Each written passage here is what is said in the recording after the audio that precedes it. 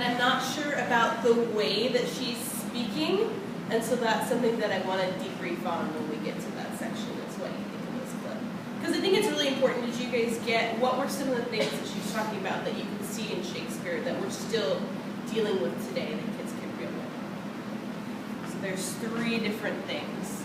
Did anyone catch it? Wasn't it like race, religion, sexuality? So race, religion, she mentioned sexuality really briefly, and then there's another one. So, yeah, or conflict. So we still have conflict in the Middle East, like they had conflict in the Middle East back then.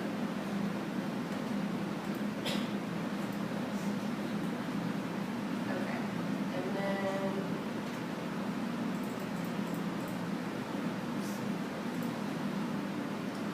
so from there, I want them to reflect on their initial free write and try and get their definition down to just a short statement, so 1 or 2 sentences, and that would be their exit ticket, along with any questions, concerns, or excitement about studying Macbeth. Because they've heard a lot of these things under their breath as they've been preparing for this unit to come up, but I'm just really interested in seeing that a little bit more clearly. And then so part 2 for the language, where we work on identifying figurative language, is our goal. And they're going to tie into yesterday about what they learned about Shakespearean language. So it's a video that I didn't show you. There's a guy who talks about the language of Shakespeare and how we're still using it today in a lot of ways. And then we have a video that gives examples of figurative language from vocabulary, which Kimi showed me, and it's awesome. And then we're going to have students try to recreate a key vocabulary list for the examples from the video, and then I'll present them my list, and they'll kind of match up and fill in the gaps of what they didn't catch from the video. And then I want to show them that they've been analyzing figurative language, probably all of their pop culture consuming lives, and we're going to look at some songs that have figurative language in them. So Taylor Swift's Love Story has an allusion to Romeo and Juliet, and there's a lot of allusion in Shakespeare, so you're getting them used to recognizing that. And then Alicia Keys' Girl on Fire. We have a great image there. We have to learn to look at that figuratively instead of literally. She's not a girl who's actually physically on fire. And then I'm going to have students write their own short story with examples of figurative language. And if I have the time and if kids are kind of buying into it, I want them to also look at these songs and other songs that they might be familiar with. And how figurative language gives the song more meaning or appeal, and then connect that back into their definition of classic that they looked at the previous day. Okay, so what do you guys think will work well or be challenging? Let's see. Something I was thinking about would be kind of cool is you were talking about using pop culture songs for figurative language and like looking for themes, Shakespearean themes in pop culture. That could even be like a summative end of unit assessment where you're like, now that you learn about all these themes and Macbeth, find where these themes are replicated in pop culture, and like that could be basically a nice way to, it could even be an option for an extension project, but just something else. Yeah, I thought of that too. I want to touch upon your video. So I also showed somewhat of a dry video today in class, and I prefaced it with, this is a little dry, and it's it's documentary, so I want you guys to take out a piece of paper and a pencil so you're not getting kind of sleepy on me. It has some great information that we can gather from it, and I personally love it. So like I kind of set it up that way, letting them know that I don't expect their attention to be like, I don't expect them to just be super engaging for them, but that it has a lot of great information that's going to help you understand things fall apart. But it's not a movie, or it's not, a music video that's with things exploding. It's nothing like they're used to. So that's why I prefaced that.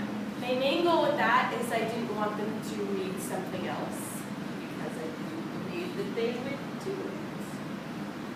Just, if that's not going to be the main part that's on the test, they kind of just gloss over that and maybe not get the information that they would get if they had sort of an auditory component. And maybe I should add like a text as well, or a transcript of what she's saying, so they get both. I don't know. Exactly.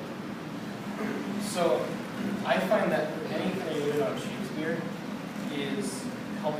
to understand the text.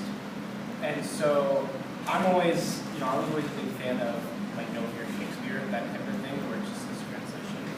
But on the other hand, I feel like if you want them to be able to understand the original text and the original context and read it for what it is. So I think it's kind of, that's the only challenge that I see with any unit on Shakespeare. I mean, obviously I think Shakespeare should be taught, and I think it's an awesome unit. And I'd say go for it. I think this is a really well planned out unit. It's totally awesome. But just for me, like when I've thought about teaching Shakespeare, from what I've seen at my school and talking to my mentor teachers, finding kind of that balance. Does that make sense? It totally does. And a lot of the teachers at the school use Know Your Shakespeare, which I'm like, because I don't think that just because maybe you're a struggling reader, you're not as engaged in school, you should be taken away from Shakespeare and what that's added to our culture, and you deserve to be challenged too. But what some people have done, and what I might do, is they pick acts that they think are accessible in the original, and then the parts that are less accessible, they use Know Your Shakespeare. So it's kind of a blend of all these different parts. Yeah. Two things. One with the video is, I like someone saying like a transcript, but if you can put like a closed caption on the bottom or something, and then have the kids, I forget if you said that they'll be taking notes during it, but if you preface it with like, hey, this is like a short video with some really great information, I want you guys to be writing down the main points, that could help them be more actively engaged in it. And then thinking of the Shakespearean language, like if we pull out some fun phrases from Macbeth, whether it's like weird old Shakespearean insults or complex or like something that the kids like get into, trying to use their everyday. Oh, I like Instagram it more as well. Like, hey, here's them, and then let's listen for them. Yeah, like here's this weird insult, and you can use this, and like or something that they'll catch on to. As far as the video, I would sort of extend that little moment of debriefing, like you did with us. Like, what are some things you picked out? I would extend that a little bit more and actually like write out on the board. So those kids who are really not with it are at least like seeing, like hearing it and seeing like, okay, these are the things that I need to be like picking up, and this is why it's so relevant to me.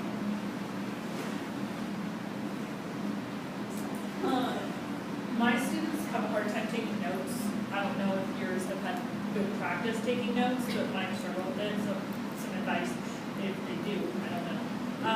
But if they may not be able to catch word for word what she's saying, but if you keep the mouse covered over the pause button, they can at least write down a timestamp of when she says something and have the opportunity to like catch a main idea of what she says at that point.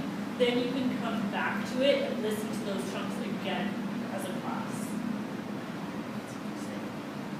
Yeah, I noticed a lot of them, they take notes, they try and write down Every everything. single And word. we've been working on, okay, well, what's important? Okay, and then you can go back again if there's a detail that you really wanted under what's important.